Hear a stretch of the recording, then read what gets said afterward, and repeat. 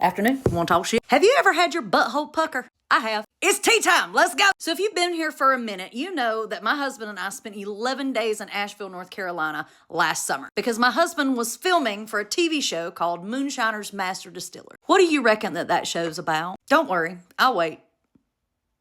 Making moonshine. That's the correct answer. Don't ask. I can't tell you whether he won yet because his episode still hasn't aired. What the hell is taking so long, McGilla Entertainment? Anyway, what do you reckon somebody has to do to prepare to be on a show like that? You're correct. Make moonshine. Well, guess what? In the state of North Carolina, you're not allowed to make moonshine. You're not even allowed to own the equipment to make the moonshine. Which is extremely funny to me considering we have an entire festival in Maggie Valley called Hillbilly Jam and there's a bunch of moonshine. Never mind. Anyway, back to the story. So back in May, my best friend comes over here with her kids so her 12-year-old can show me how to use this podcasting equipment that I still don't know how to friggin' use. Anyway, he needs an XLR cable, so we go out into our building so I can go get him one. While we're down there looking for one, my best friend walks in the door and she goes, "Hey, I think you might want to come outside. You've got some visitors." I'm like, "Who the hell is at my house? I ain't expecting nobody except for you, ho." I open the door to my building and there are four, not one, four ALE agents from the state of North Carolina with their weapons, like hands on their weapons and their badges out, asking for my husband by name and saying that somebody has turned him in for making illegal liquor. You believe that? Listen, snitches get stitches around here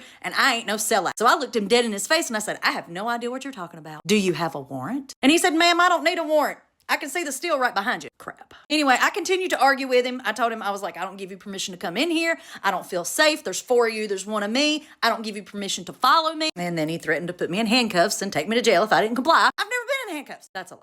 I called my husband. Like, "I need you to come home right now." I didn't even tell him why.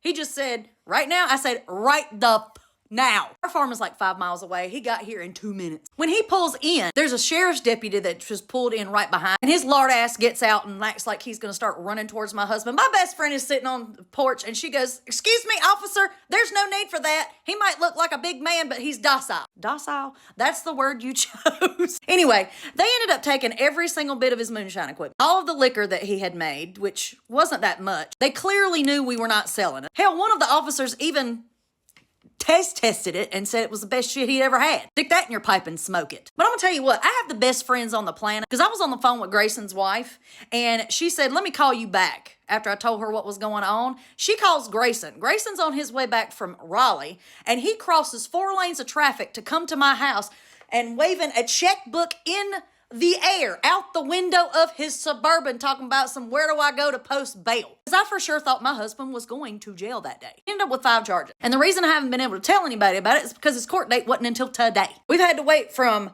May all the way to December to figure out A, how many fines we're going to have to pay, and B, if he's going to have to serve any time. All because some asshole is jealous. And that's all it boils down to. Somebody in the moonshine community was pissed off and jealous at the fact that my husband, out of 20,000 people, got picked to be on the show. There's no other reason. And you want to know the kicker?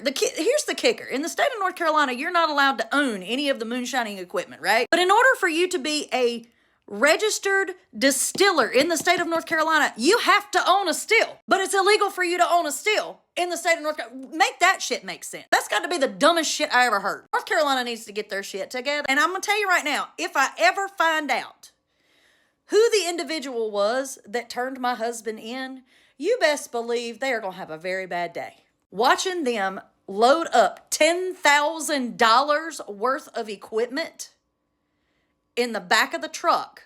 They did say that his equipment was the best that they've ever confiscated. And then they weren't going to destroy it. They were going to put it on display. So, Jerry, that beautiful steel that you made him that had the hand-hammered copper, it's sitting in evidence. Anyway, hope y'all enjoy the story. Lay your bye.